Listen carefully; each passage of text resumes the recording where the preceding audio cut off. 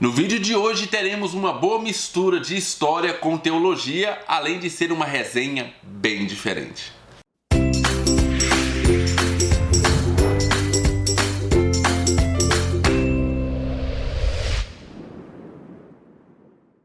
Olá pessoal, sejam muito bem-vindos ao canal Livros e Teologia. Meu nome é Rafael Pablo e hoje nós temos uma resenha muito especial do livro Os Outros da Bíblia, do André Daniel Rank, da editora Thomas Nelson Brasil, em parceria lá com a BT Books. O subtítulo é História, Fé e Cultura dos Povos Antigos e sua atuação no plano divino. Bem, eu preciso dizer que esse é um vídeo bem diferente porque essa é a terceira parte, isso mesmo, é a terceira parte de outros dois vídeos. Então veja bem, o primeiro vídeo vai sair lá no canal do GeoLê. Lá no GeoLê você vai ver a primeira parte desse livro. Vai ver ali a introdução e os dois primeiros capítulos. Lá no canal sobre teologia da Gabi você vai ver os 3 capítulos de desenvolvimento ali do meio. Ela vai comentar sobre esses 3 capítulos e eu fiquei responsável por comentar os 2 últimos capítulos e fazer a conclusão. Então veja bem, você não vai saber tudo desse livro por aqui no Livros e Teologia. Você vai ter que ir lá no GeoLê primeiro, depois passar lá pelo Sobre Teologia da Gabi e por fim finalizar aqui com esse vídeo. Então essa é a terceira parte. Bem, essa ideia surgiu da seguinte forma. Eu notei que tanto eu como os dois tinham recebido esse livro lá da Thomas Nelson Brasil. Então eu entrei em contato com eles e falei, por que nós não fazemos uma parceria ou uma resenha em parceria? Cada um fica com uma parte do livro e aí nós podemos fazer uma resenha um pouco mais completa e detalhando mais um pouquinho a respeito desse livro. Eles concordaram numa boa, foram super gentis e então estamos lançando agora então essa resenha em 3 vídeos, ok? Fique avisado então que essa é a terceira parte, eu vou falar apenas os 2 últimos povos e da conclusão desse livro. Então, vamos nessa. Eu gosto de começar falando a respeito da edição do livro, principalmente quando ele merece, e esse é um dos casos, ele merece e muito. Dá uma olhada nessa capa aqui, ó, Os Outros da Bíblia. Olha, quando você está passando ali na livraria e você vê esse título e vê essa capa, você já tem uma noção daquilo que o livro vai falar. Isso é muito bom. Outra coisa interessante é que as folhinhas são amarelas, a fonte é bem grande, o que facilita a leitura, com espaçamento entre linhas, e nós temos também alguns mapas aqui dentro que vai facilitar você localizar onde está cada um desses povos. Além disso, outra coisa que facilita muito nesse tipo de livro é que as notas venham ali no rodapé da página ao invés de vir no final do livro. Então você não precisa ficar indo lá no final do livro e voltando para ver as notas, elas estão ali no rodapé da página. Além disso, eu preciso falar a respeito de como surgiu a ideia desse livro. Bem, o André Daniel Rank já ministrava um curso a respeito desses outros povos da Bíblia. O Bibotalk, lá do podcast Bibotalk, ele ficou sabendo disso, entrou em contato com o Daniel Rank e começou a gravar uma série de podcasts a respeito desses outros povos da Bíblia. Ficou muito bom. Eu vou deixar lá embaixo na descrição desse vídeo o link para esses podcasts. É óbvio que lá nesses podcasts é só uma introdução, aqui nós temos uma pesquisa muito mais elaborada. Mas através do podcast você também pode ter uma ideia de como o André Daniel Rank vai falar a respeito de todos esses povos. Bem, essa foi a ideia do livro. Então, à medida que eles foram gravando o podcast, eles viram que, olha, caramba, isso daria um livro e ficaria muito legal se colocasse isso em forma de livro. E aí o André Daniel começou a pesquisar, se aprofundar na pesquisa e escreveu então esse livro aqui que nós temos em mãos, Os Outros da Bíblia. Bem, como eu expliquei lá na introdução, eu fiquei com a última parte desse livro que trata-se do povo grego, do povo romano e da conclusão. Então, vamos saber um pouquinho desses povos e concluir esse livro. Para nós entendermos a importância do povo grego na cultura judaica e no cristianismo, basta nós lermos o final do Velho Testamento e o início do Novo Testamento. Parece que foram escritos em mundos totalmente diferentes. E a principal diferença foi exatamente a cultura grega. Então, nós temos ali no final do Velho Testamento um tipo de escrita, um tipo de cultura totalmente diferente daquele que inicia o Novo Testamento. E isso se deu muito pela cultura grega. Uma coisa legal desse livro é que ele não vai direto ao ponto no sentido de, olha, o povo grego influenciou o povo judaico e o cristianismo dessa forma. Não, ele não vai direto assim. Primeiro ele vai te dar um background, então você vai saber a geografia, a cultura, a religião do povo grego sem contato com o judaísmo e o cristianismo. E aí, quando você faz essa junção, quando o autor vai falar a respeito das influências dessa cultura, dessa religião grega dentro do povo judaico, dentro do cristianismo, você já tem um conhecimento bem legal da cultura grega e você vai sabendo ali aquilo que o povo grego realmente influenciou a cultura judaica e o cristianismo e aquilo que era próprio do povo judaico. Então fica bem fácil de você ver o que é que foi ou não influenciado. O autor então começa a sua viagem pela Grécia nos mostrando a sua geografia e nós ficamos sabendo que essa geografia era ali próxima ao Mar Egeu. Na verdade, toda a Grécia ficava basicamente em torno do Mar Egeu. E essa geografia, o relevo ali, facilitava muito a plantação de oliveiras e de videiras. E aí você já começa a ver o seguinte, lembra ali no Novo Testamento quando tem vários exemplos a respeito de videiras e oliveiras? Pois é porque ali tínhamos plantações de oliveiras e de videiras. Ao mesmo tempo, facilitava também a criação de ovelhas. E novamente nós temos vários exemplos do pastor de ovelhas ali no Novo Testamento. Então você vai fazendo esses links e entendendo por que utilizaram esses tipos de exemplos. Além disso, nós ficamos sabendo que na Grécia as cidades não eram muito grandes, as cidades eram bem pequenas. Em relação a outras culturas, as cidades eram bem menores. Normalmente não passava de 5.000 habitantes e existiam cidades muito importantes, como por exemplo Esparta, Atenas, Corinto, Tebas, tudo veio dessa cultura grega. Além disso, nós precisamos falar que, lembra ali no filme 300, quando Leônidas vai para a guerra, ou ele vai tentar ir para a guerra e ele consulta o oráculo de Delfos para saber se os deuses abençoam ou não aquela empreitada?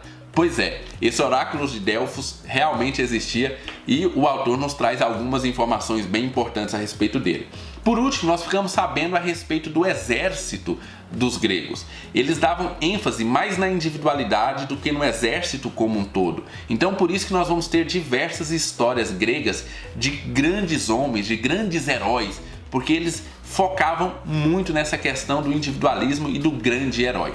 Por exemplo, lá na página 224 fala o seguinte, olha: o que definia o tipo de soldado era a coragem e a habilidade individual na batalha. A figura fundamental era o herói, aquele que enfrentava o inimigo em combate individual e o suplantava para a glória da sua cidade. Lembre-se, por exemplo, do duelo entre Heitor e Aquiles no poema homérico Ilíada. Naquele filme Troia, nós vemos essa batalha, entre Heitor e Aquiles. Então, no caso do exército grego, eles davam forte ênfase à individualidade e ao heroísmo. Logo depois, o autor vai nos levar a uma viagem para conhecer a respeito da religião grega. E aí nós vamos passar, obviamente, pelos mitos gregos e ali pelos deuses do Olimpo, por toda aquela mitologia grega, que é muito, muito rica. E o autor aqui vai fazer pontuações a respeito de cada um dos deuses, como funcionava o Olimpo, o que eles representavam. É muito interessante. Se você quer assim uma maneira rápida de conhecer esses deuses e como eles se relacionavam, os gregos se relacionavam com esses deuses, é muito interessante que você leia esse capítulo.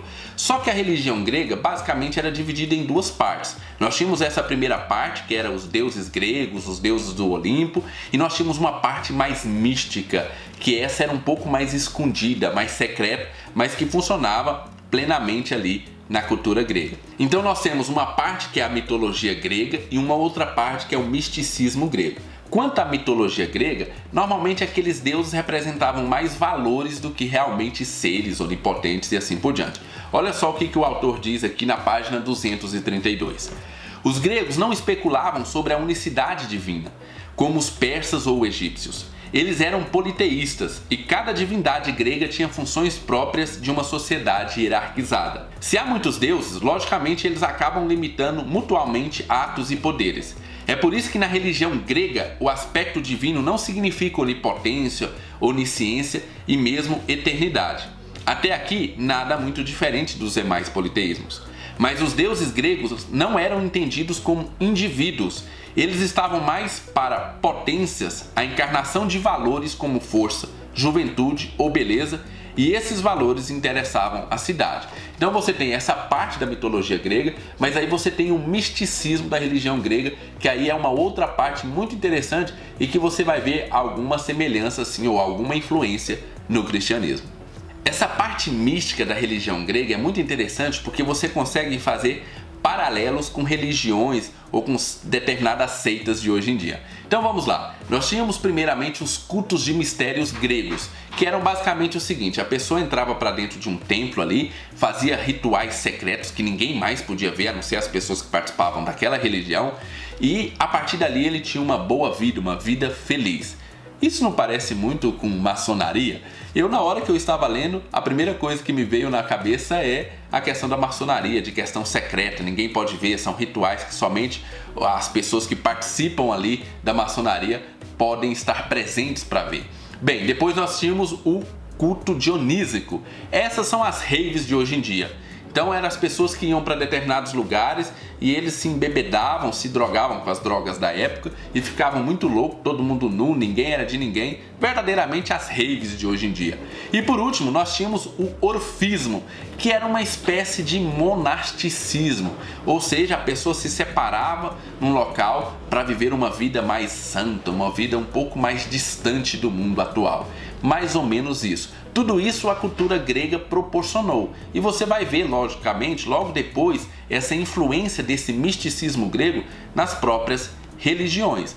Uma outra coisa muito legal que eu vi aqui, e de influência grega, talvez até mesmo dentro do cristianismo, era o seguinte: olha, os gregos normalmente não se preocupavam com a vida depois da morte. Mas depois de um tempo eles começaram a se preocupar com isso. E aí eles começaram a elaborar teorias do que aconteceria com o homem depois da morte. E aí eles elaboraram o seguinte: olha, as pessoas boas iriam para um lugar, as pessoas más iriam para outro lugar e as pessoas que não eram nem boas nem más iriam para outro lugar. Isso não parece muito com céu, inferno e purgatório? Pois bem, é mais ou menos daí mesmo que deve ter surgido essa ideia no cristianismo primitivo principalmente. Então, vemos aqui na página 243 a respeito disso. Fala o seguinte: as crenças gregas mais antigas imaginavam a vida no Hades como idêntica à Terra, mas um tanto mais empalidecida. Mais tarde começou uma preocupação ética quando alguns gregos passaram a pensar em uma recompensa após a morte, ocasião em que haveria um julgamento das obras, talvez até por influência do zoatrismo persa. Assim, os mortos deviam se apresentar aos juízes Minos, Eaco e Radamanto, cujo veredito determinaria se eles iriam viver as delícias dos campos elíseos ou o tormento eterno dos tártaros, as divisões do mesmo reino de Hades. Ainda surgiria uma terceira divisão no reino de Hades, os campos de Asfódelos. Asfódelos, olha que nome horrível. Uma região neutra e monótona para onde iam aqueles que não praticavam o bem, mas também não fizeram mal. É a descrição do purgatório aqui. Então você começa a notar a influência da religião grega dentro do próprio cristianismo. Não estou dizendo que o cristianismo inventou isso ou aceitou isso da religião grega, mas você começa a ver algumas influências da religião grega dentro do cristianismo e como isso foi desenvolvido depois com o passar do tempo. Depois que o autor nos mostra toda essa cultura e essa religião grega, ele então vai fazer agora a junção entre a questão grega e o judaísmo e o cristianismo. O que é que a cultura grega influenciou, ou aquilo que nós podemos ver mesmo dentro das escrituras, que os gregos influenciaram no judaísmo e no cristianismo. E aí nós temos como primeiro exemplo a tradução do Antigo Testamento para a língua grega naquilo que ficou conhecido como Septuaginta. Foi a primeira vez que o Velho Testamento foi traduzido para uma outra língua, no caso a língua grega, e ficou conhecida como Septuaginta por causa de um misticismo que criou-se a respeito dessa tradução. Durante 70 dias, 70 homens fizeram a tradução do Velho Testamento. Cada um fez a sua tradução. E aí quando eles juntaram, eles perceberam que a tradução era a mesma, eles tinham ido pelos mesmos caminhos e tal. Tem todo um misticismo a respeito disso. Mas nós não podemos negar que houve sim, a primeira vez que foi traduzido o Velho Testamento foi para a linguagem grega. Outra coisa interessante é que o Novo Testamento foi escrito todo em grego. Então, a primeira vez que nós tivemos toda uma Bíblia escrita, a Bíblia completa escrita, ela foi escrita em linguagem grega. Daí você tem uma definição ou uma noção da importância da cultura grega dentro do cristianismo. Logo depois, o autor vai começar a comentar cada uma das passagens onde nós podemos perceber a cultura grega ou a religião grega influenciando ou dialogando com o cristianismo e com o judaísmo. A primeira vez é lá em João 12:20, onde nós vemos alguns gregos querendo levar Jesus lá para a Grécia. Isso porque provavelmente esses gregos achavam Jesus um grande filósofo e queria levá-lo para debater lá na Grécia. Sabia que ali onde Jesus estava, essa questão de opiniões controversas não era muito bem aceita e lá na Grécia isso era legal. Então vamos levar Jesus para lá para debater, afinal é um grande filósofo. Obviamente Jesus não foi para a Grécia porque Jesus não era um grande filósofo, era muito mais que isso. Bem, depois nós temos lá o episódio em Atos 6, de 1 a 6, quando nós temos ali as pessoas que levavam os alimentos, doavam os alimentos para a igreja e a igreja repartia esses alimentos. Acontece o seguinte, na hora de repartir, as pessoas estavam dando os alimentos para as viúvas judias, as viúvas próprias do povo judeu, e estava deixando as viúvas do povo grego que tinha se convertido de lado. E aí, para resolver essa situação, o que os apóstolos fazem? Eles escolhem ali homens para ficar responsáveis por essa distribuição. Mas é interessante que, segundo aqui o André Daniel, as pessoas que foram escolhidas para fazer essa distribuição é exatamente pessoas gregas. Ou seja, para resolver, para não ter essa acepção de pessoas, escolheu ali 7 homens que iriam tomar conta dessa distribuição, e esses 7 homens eram gregos convertidos ao judaísmo. Então você tem ali essa relação entre o povo judeu, o povo grego, e como isso foi se aprofundando à medida que o tempo foi passando. Para finalizar a respeito desse aspecto dos gregos, eu ainda preciso falar de 2 coisas muito importantes. Primeiramente, a influência da cultura grega nos escritos do apóstolo João, tanto do seu evangelho como das suas cartas e até mesmo de Apocalipse. Nós vemos ali logo no início do evangelho o apóstolo João tentando explicar para os gregos que aquele conceito que eles tinham de logos, na verdade, era simbolizado ou era aperfeiçoado na pessoa de Jesus Cristo. E olha só, João não utiliza a palavra logos somente ali no evangelho. Lá nas suas cartas ele também vai utilizar esse conceito. Então você vê que João está tentando explicar para os gregos aquilo que eles já tinham na sua filosofia, mas que na verdade era uma representação de Jesus Cristo. Nós vemos também a questão do apóstolo Paulo e como o apóstolo Paulo utilizou a cultura grega, inclusive para pregar entre os gregos. Nós temos diversas passagens onde nós vemos Paulo utilizando, por exemplo, citações de filósofos ou de autores gregos para tentar explicar para esses gregos o evangelho. É muito interessante essa parte porque assim, são diversas citações pequenas, mas muito importantes, que fazem com que você entenda aquela passagem um pouquinho melhor. Por exemplo, lá na página 265 do livro, o autor vai falar o seguinte: parece que a mudança para as escolas de filosofia não foi uma atitude desesperada. Paulo tinha conhecimento de causa. Ele mencionou textos de filósofos gregos em pelo menos 3 momentos registrados na Bíblia. Um na primeira carta aos Coríntios, 1 Coríntios 15:33, quando extraiu uma expressão da comédia Thaís, do poeta Menandro de Atenas. As más companhias corrompem os bons costumes. Esse trecho então foi escrito por esse filósofo e Paulo citou lá em 1 Coríntios 15:33. Já lá em Tito 1:12, quando citou a opinião do filósofo cretense Epimênides de Knossos sobre o povo de sua ilha. Cretenses, sempre mentirosos, feras terríveis, ventres preguiçosos. O detalhe é que Paulo até mesmo chamou de profeta. Finalmente, em seu discurso no Areópago de Atenas, lá em Atos 17, de 18 a 28, Paulo citou 3 poetas: Epimênides, na afirmação "pois nele vivemos e nos movemos e existimos", e os poetas Arato de Sicília e Cleantes de Assos, em seu hino a Zeus, ambos de 300 anos antes de Cristo. Então ele vai citar um hino feito a Zeus por esses 2 camaradas, mas é óbvio, ele vai traduzir, ele vai trazer para o cristianismo. Na frase "porque dele somos geração", Paulo usava a cultura pagã de maneira bem mais liberal do que nós faríamos, uma vez que esse excerto saiu de um louvor a Zeus. O que o autor está querendo dizer aqui? Está querendo dizer que Paulo, olha só, ele pegou um hino escrito a Zeus e trouxe para o cristianismo, inclusive para fazer essa ligação com a cultura grega.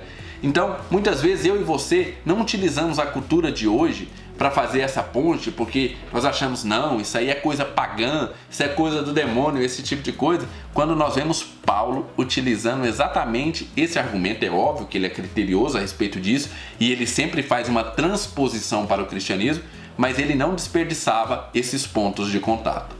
Esse vídeo deve estar ficando enorme e é por isso que eu não vou dizer nada a respeito do povo romano. Eu só posso dizer que, para mim, é o melhor capítulo desse livro. A questão da cultura romana e a influência dela no cristianismo, para mim, foi o melhor capítulo desse livro. Então, se você está interessado, compre e leia e tire suas próprias conclusões. O link vai estar lá embaixo na descrição desse vídeo e você comprando através desse link você ajuda o nosso canal a fazer mais vídeos como esse. Mas agora eu não posso sair sem antes falar a respeito de pontos negativos. O primeiro ponto negativo desse livro é que eu vou concordar com Geolê na sua crítica.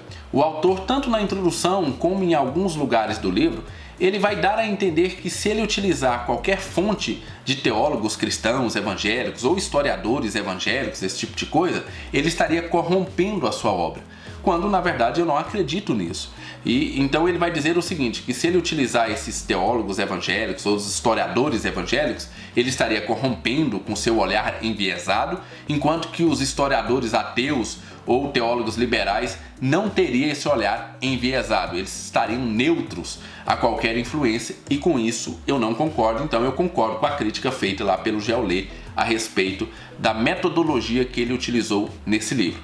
Outra coisa é o seguinte, esse livro tem partes muito interessantes, mas ele é pequeno para aquilo que ele se propôs a fazer. Então, mesmo lá nos povos gregos, no povo romano, que foi a minha parte, que eu li ali, que eu li com mais atenção, você fica querendo saber mais. Tá, eu sei, eu entendo que o autor quis colocar tudo dentro de um mesmo livro e que cada capítulo desse livro talvez daria um próprio livro separadamente. Mas em algum aspecto eu fiquei interessado e queria saber um pouco mais, mas como o autor tinha que ser breve naquilo que ele ia explicar, você fica ali com aquela curiosidade. Então, ao mesmo tempo que talvez possa ser um ponto negativo, é um ponto positivo porque você, olhando para o livro, você fica interessado em saber mais e aí você vai atrás de outras fontes para saber. Mas são esses dois únicos pontos que eu teria que relatar a respeito desse livro. No mais, eu gostei bastante do livro, achei muito interessante. Acho que é um livro muito interessante para você que quer ter uma opinião geral ou para você que quer ter uma percepção geral de todos os povos que rodearam o povo judeu e o povo cristão ali no Novo Testamento. Então você tem ali um resumo, por assim dizer, de todos esses povos, tem uma visão muito legal a respeito desses povos e da sua influência e diálogo com a cultura judaica e a cultura cristã. Então é um livro sim muito interessante, um livro que eu indico que você leia, um livro que vai trazer muitas informações que você pode utilizar na sua escola bíblica dominical, que você pode utilizar em um estudo que você esteja fazendo a respeito de alguma passagem bíblica. Traz algumas coisas muito interessantes. Bem, eu repito para que você ouça os podcasts lá no Bibotalk, os podcasts que falam a respeito desses povos, já vai te dar uma introdução bem legal, mas é óbvio que o livro é muito mais completo.